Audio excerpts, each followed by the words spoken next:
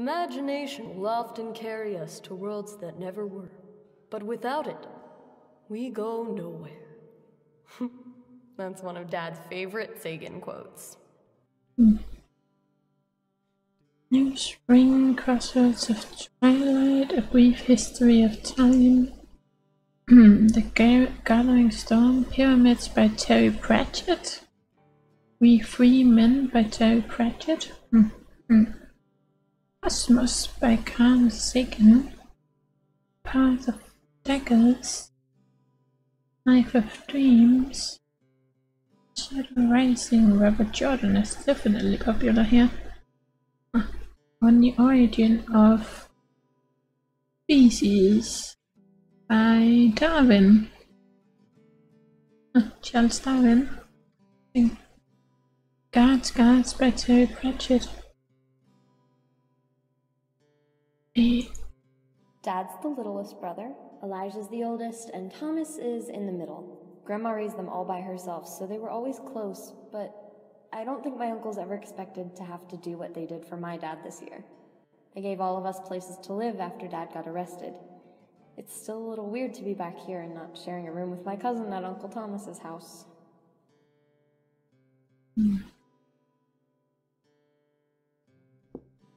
All Dad really needs is a toothbrush and a razor.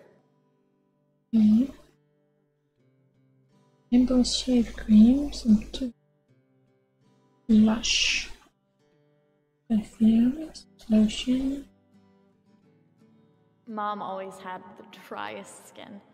It was like she was so delicate that the wind sucked the moisture right out of her.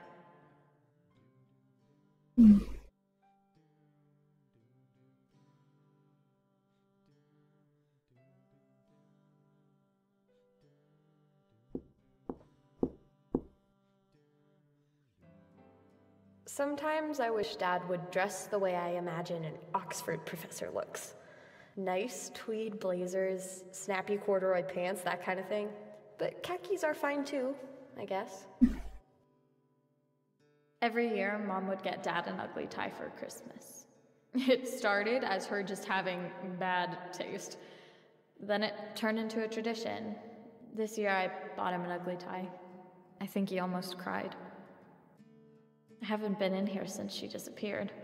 It's so strange. It smells like her. When we were little, Vi and I would play sardines with our cousins. This used to be my favorite hiding spot. I'd curl up, cover myself with dirty shirts and dresses, and try so hard not to make a sound. It always worked.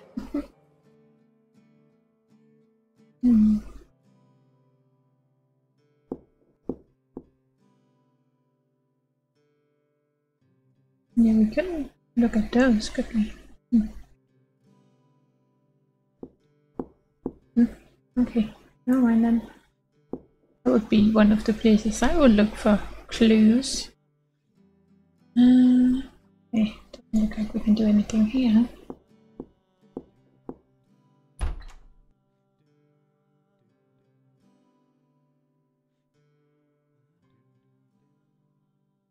That's something else. Why is that what I was thinking before? Only in this house would recycling end up in a closet. We have an extra set of sheets and blankets, in case anyone comes to visit. But no one ever does. They probably don't quite know what to say.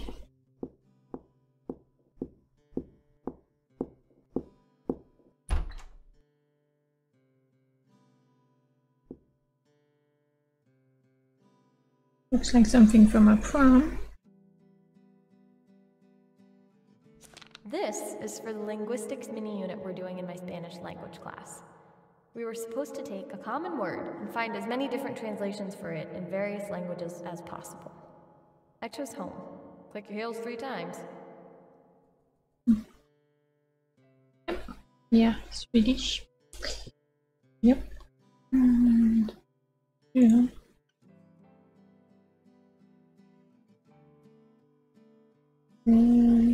Okay.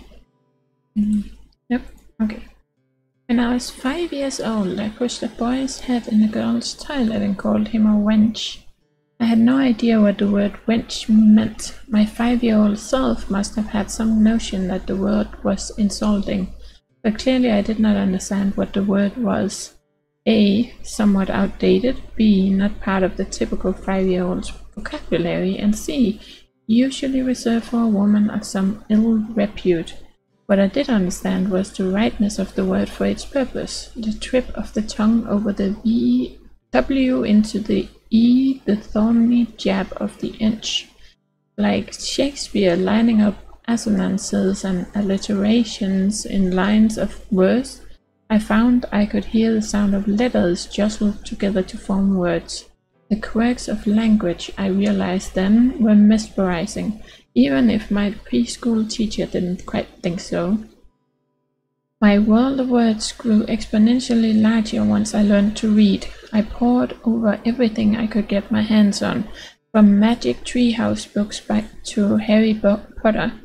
Several days before my 8th birthday, I began the books that would define my early understanding of literature, the Lord of the Rings saga.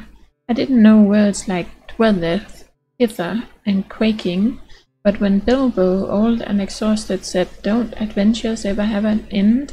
I suppose not. Someone else always has to carry on the story. I understood.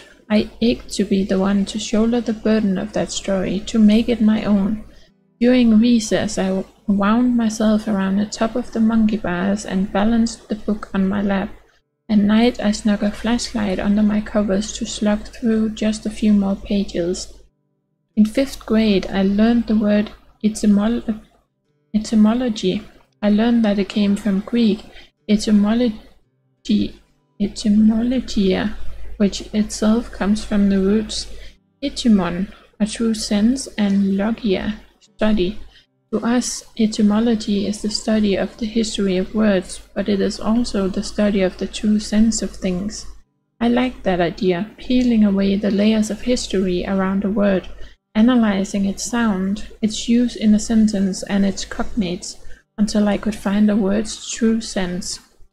Constructing a sentence in English, which has over 615,000 words, according to the Oxford English Dictionary, is like creating a work of art.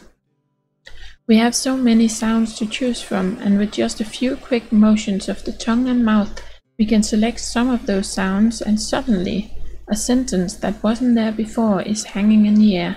Our language has infinite variety, just like Shakespeare's famous speech about Cleopatra. Age cannot wither her, not custom stale. Her infinite variety, other women cloy. The appetites they feed, but she makes hungry, where most she satisfies. What specific sounds and how satisfying they are to say. Wither, cloy, infinite, hungry, and consider their backgrounds. In just 25 words, Shakespeare brings together roots from Old English, Greek, Latin, and French. Just these 4 lines contain thousands of years of history, and that's why I want to continue exploring my love of words and language. I want to learn how to excavate syllables, brush dirt off the connections between sister languages, and dig up phonemes. Then, if I'm lucky, I can find that thing that the Greeks call etymon, the true sense of a thing. Or else, I might get angry and push someone else's head in the toilet, and then where would I be?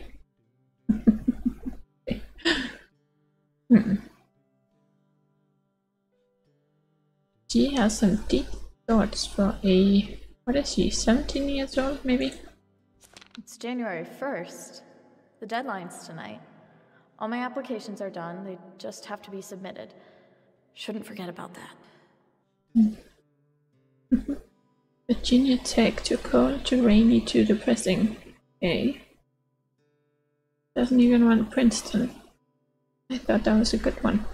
University of Virginia, although there were a lot of boat shoes, this is where fun goes to die. They say this is where fun... Oh, okay, although there were a lot of boat shoes, Okay, University of Chicago, they say this is where fun goes to die. Good, James Madison University, East Coast University, can't go where that works.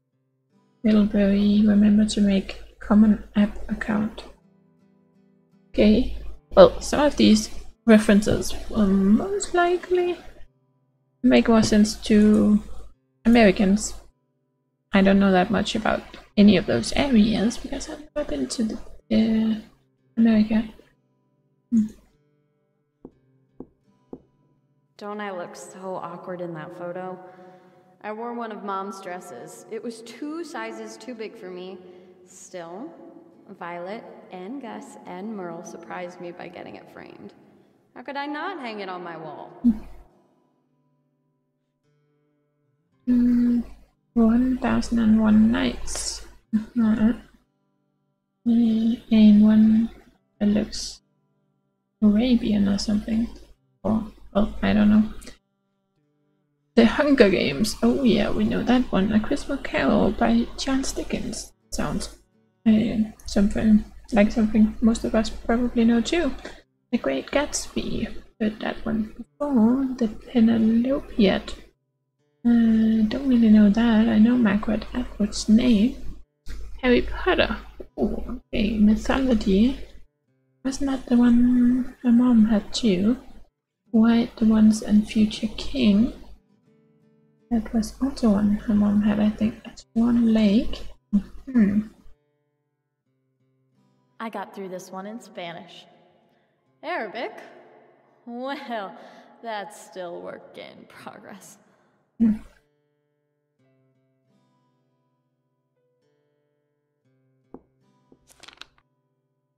Nicholas and the Mimsy Poppingtons. Yuka Lanin and Mr. ABC's brass band live in concert Friday something. Okay. No idea if that is something that exists in the real world.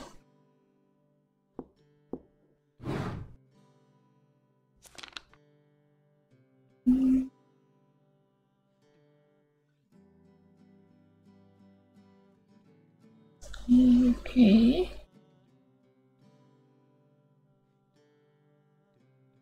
This sounds like she's too happy about math and stuff like that. Or chemistry. Leaves that to us. Orchestra. What is? Oh, she plays music or what? Interesting. And then she has some paint or drawings from when she was a kid. When some of her siblings were a kid, I think it said Violet on one of them. Okay. Oh my god.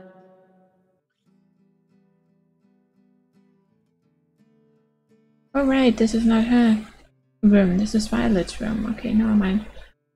Mason University Ovations Program. William Harvey Kearney High School. Mason University Ovations Program Scholarship. Dear Violet, congratulations. I just wanted to let you know that after putting a lot of thought into the decision, I've chosen you as the scholarship recipient for the Ovations Program at Mason University this coming summer. I know that switching households several times this year has been tough, but your dedication to the violin is clear and I can't imagine a more deserving student. Of course, you'll have to work on your grades a little. The scholarship can only be given to students in good academic standing, but I have faith in you. I know it won't be a problem. In the meantime, keep practicing that Vivaldi. All the best, Mrs. McKay. And October 25th. Might be something she hasn't mentioned to anyone. I guess it's an open secret that none of us were living with Dad for a while.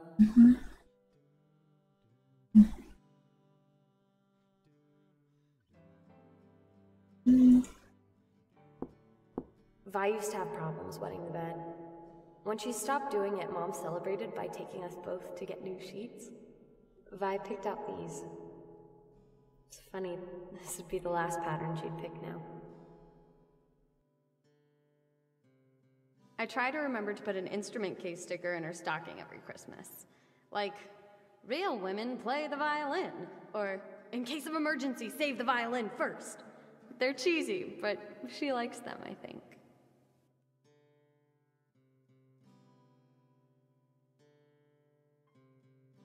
Back when people still had Walkmans, Violet used to listen to a CD of Major Parsley's Lonely Livers Club every single day. She'd wear headphones, but she'd turn up the volume so loud that I could hear every word. I think I probably still know all of them.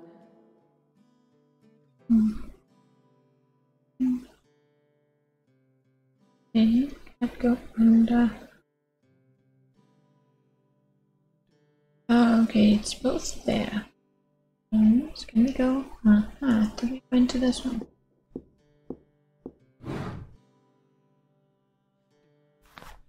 Happy 16th. We can't believe you're this old already. Hope you like the strawberry shortcake we made you. Lots of love, Dad and Mom. Aeropostale?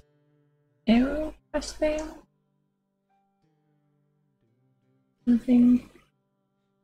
That's like a credit card or something. Marla's the one getting all the first place ribbons now. I used to think I was good, but she's the next Missy Franklin, I swear. I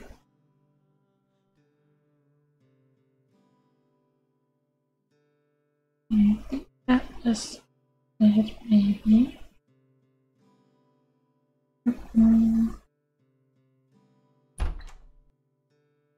Okay, then we need to go down, I think.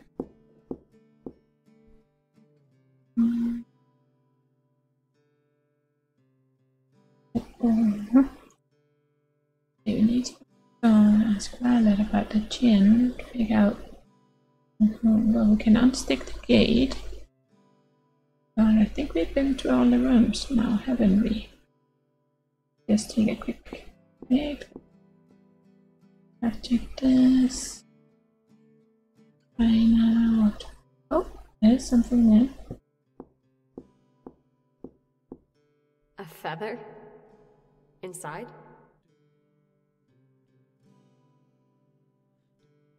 Definitely something with those wands.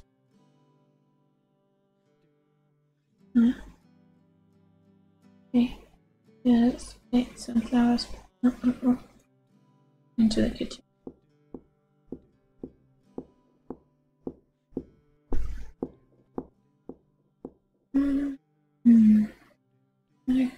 Let's microwave.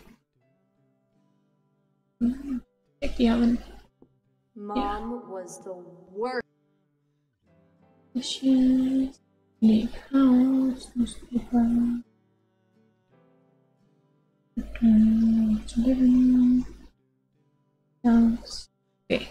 Go and fix that gate.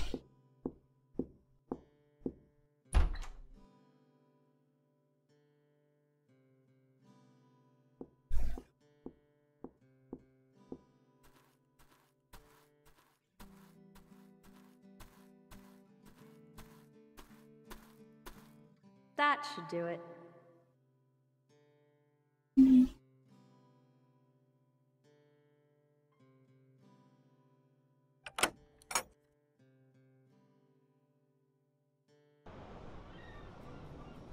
Now quickly to our back to some locations you previously visited. Press escape to view the fast travel menu at any time. Okay. Oh, bags, pillows. Sometimes I imagine the trains that ran over those tracks. I think about all the places they went with their freight cars full of frozen fish. How many people ate striped bass from Avot's Landing and didn't ever know it?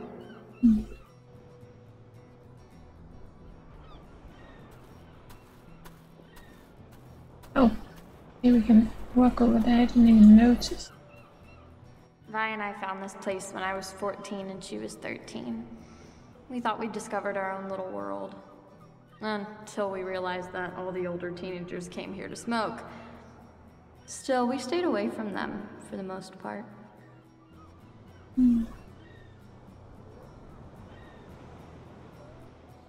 There's a little island out there, and you can swim to it if the water's calm. When I was 9, I named it Finders Weepers Losers Keepers Island. I thought it was poetic. Now it's sort of prophetic. It's easy to cut your foot on these if you're barefoot. Vi had to go to the ER and get a tetanus shot once.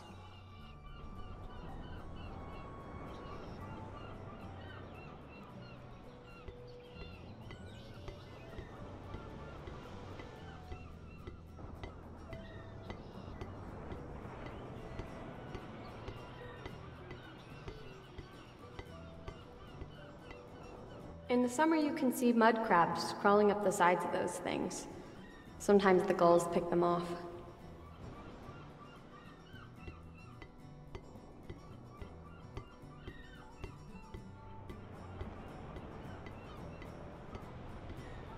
So is that violet? No.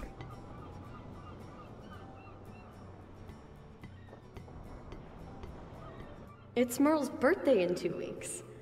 Maybe Vi and I should bring her out here as a present.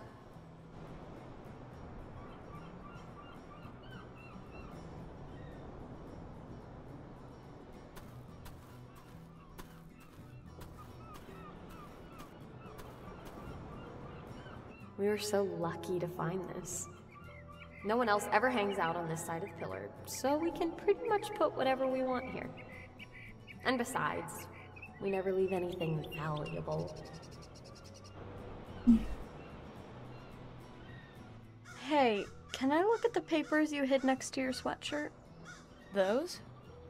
Why? I'm looking for parts of Dad's old diary. Oh, so you found parts of it lying around too? Yeah, it's fine, I guess. I found these papers tucked into one of the academic journals he was reading. He left it right out in the living room, so seems like any of us could read it now if we wanted to. There's some weird shit in there, though. I hope you're prepared for what you find. Yeah, I know. October 30th. I've seen them again. It was exactly like the first time. 5 swans became 5 humans and deposited their feathers in a stand of trees by the shore. This time I hid myself closer so that I could hear them. They were speaking English, but a simplistic kind. The sort a 5-year-old might speak. They were talking excitedly about what they would do as people. Run, climb trees, leap off the swings on the playground, or have a conversation with other people. The notion of speaking with humans seemed to be a daring one, and only one of them, the tallest of the females, seemed to show any enthusiasm about it. When they had gone, I crept over to the trees to get a better look at these robes. They were sumptuous, nothing but white feathers on white feathers. I couldn't tell how they were held together, no sign of needlework. I'll return tomorrow and speak with them, to the tallest female, maybe. October 31st. I followed my chosen subject through the woods, almost to the gate of the park before I was sure we were alone. "Hello," I said. She turned, and when she saw me, she looked terrified. She seemed as if she might run away, so I told her to wait, that I only wanted to talk. She asked me why. "I want to know more about you," I told her. That seemed to be enough. Below are brief notes of what we discussed. She says she is always a swan during the day, but can become a human at night. Her kind, whatever they are, can only do this here. They spend spring and summer in the Arctic, where it is too cold for naked humans to survive without frostbite. She says that many years ago, her kind came ashore more frequently, but now there are too many people and we scare them. She speaks English, but because she doesn't know another language. She didn't know it was called English, but she knows she learned from eavesdropping on others' conversations, like Frankenstein's monster. She still seemed tense after an hour, so I asked her if I could come back another night, to prove that all I wanted was to learn from her. 2 nights from now, she said. I won't be able to rest until then. November 3rd. Margaret is very beautiful. I've taken to calling her Margaret. Her real name, she said, wasn't something she knew how to say as a human. She has long, dark, wavy hair, which she is always touching when she talks. Her cheekbones are high, her nose is sharp, her lips are thin and wide, and her chin is strong. Her skin is bright white. Margaret is an old-fashioned name, which fits her old-fashioned type of beauty. She is very curious about the human world. Last night she asked me things like, how do cars work, and what is my family like, and how did I learn to read, and where does my money come from? She's spoken with other humans, she said, but not often, and never as long as she talked with me. I liked hearing that.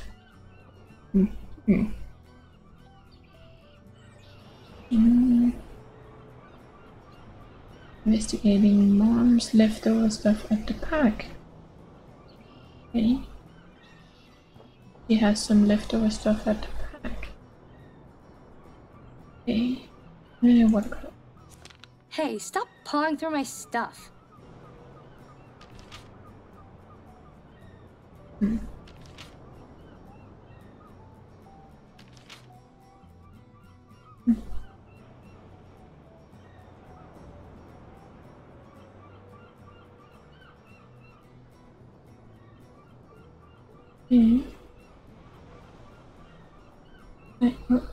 Over here.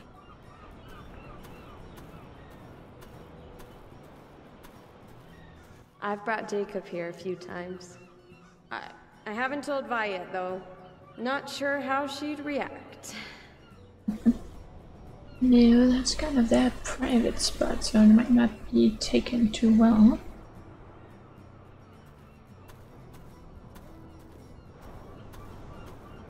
In our middle school science classroom, there was a poster that said, "Smoking kills," over a picture of lungs withered by smoking.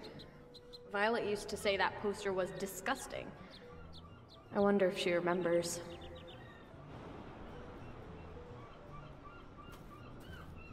Hey, Vi. I came out here to be alone. You don't have to be alone, though. Yeah. Okay, dear Abby. No, I mean it. I wanted to check on you. Not because you can't handle it, but just to see. Well, no one else was going to check on me. So, thanks. Did you see the paper this morning? I'm not blind. Of course I saw it. And I read it against my better judgment. What did you think?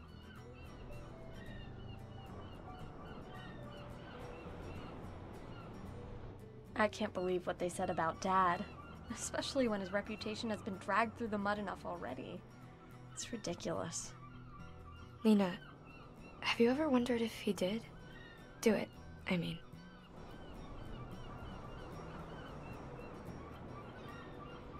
Sometimes I think he might have done something. I don't know what.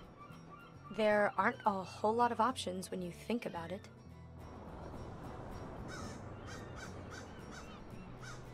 It always seemed like she was otherworldly. Maybe she was just going back to where she came from. With his help or without it. Maybe she just got tired of us.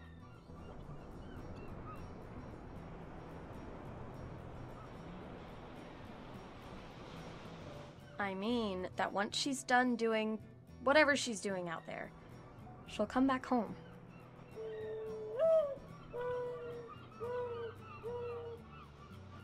A mourning dove. How do you know? I remember it. From that book Dad gave me for my 8th birthday, remember? It had a CD to go along with it. With samples of songs from all kinds of North American birds. Chickadee, cedar waxwing, northern pintail, barn owl, mourning dove. I do remember that thing. We were obsessed. I was always so mad that you didn't let me listen to the CD whenever I wanted. It was something I had that you didn't. Not too surprising when you think about it. Do you remember how we used to think we could understand the birds? Of course I do. We'd spend hours out here listening in on conversations. Or we thought we did anyway. Remember the pair of great horned owls that lived out here? They were hilarious. We thought they were such a hoot. Wait, shit, that was such an awful pun. So, how's your boyfriend? What do you mean? Oh, come on. Don't play coy with me. He's not just your friend, is he? He's... Okay, sorry for teasing. I know you and Jacob have been friends for the longest time, but you went to homecoming together, right? And didn't you all go on a date right before Christmas break started?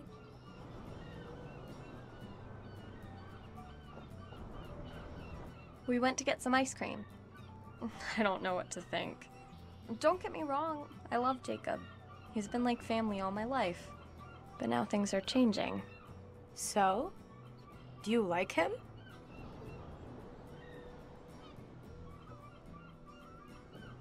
I do. But I don't know if I want to lose his friendship. Good point. Keep me updated, okay? I live vicariously through you. Oh, please, it's the other way around. Yeah, well, a girl's gotta have a little fun, right?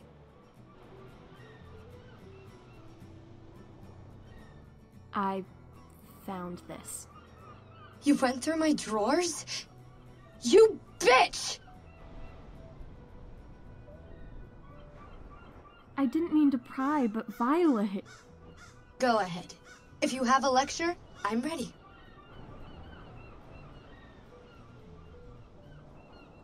I didn't want to lecture you. I just wanted to talk to you about it. If by talk you mean take my stuff away, then I can't really stop you. Okay, let's try this again. I didn't want to make you angry, and I'm not going to tell anyone or try to get you punished. I'm just worried about you. All right. I appreciate that. But before I say anything else, will you tell me why you were snooping through my stuff?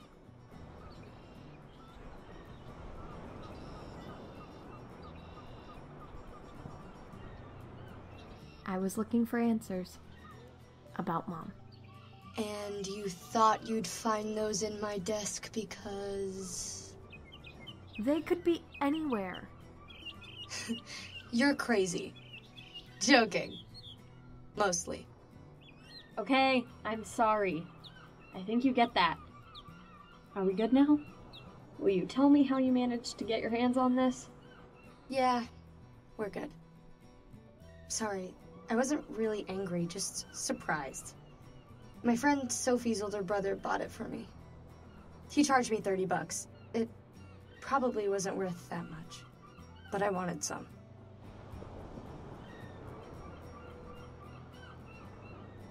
You just wanted some because... Say whatever you want, but I like the feeling of being buzzed. It takes the edge off all the other things I'm thinking. And when I play the violin that way, I sound different, freer. When did you start doing this? The consumption of illegal substances thing, you mean? Sophie first let me try a few beers last March, but I didn't like them very much. Then one night, we were out in the park last summer. Maddie pulled a water bottle of vodka out of her bag. It was disgusting. We didn't realize we were supposed to mix it with anything, but man, that feeling, that hot burn on the back of the throat. I liked that. After that, we figured out that Sophie's brother would slip us stuff if we were nice to him. He's an asshole with a disgusting neck beard, but he's a 21-year-old asshole. So, you know, beggars can't be choosers, as Dad always says. Are you being careful? You mean, am I binge drinking every night? Well...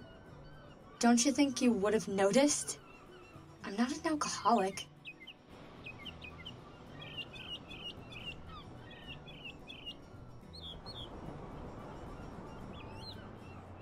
I guess not.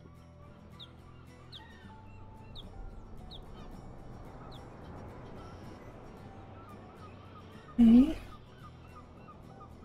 Does it sound like everyone is handling things so well?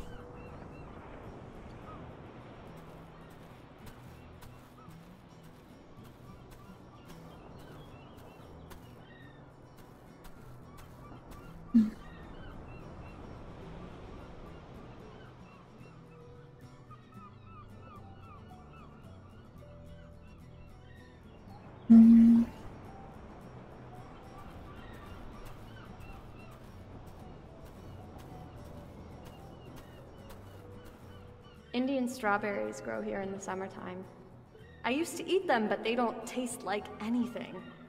They look so ripe and red, but inside, nothing.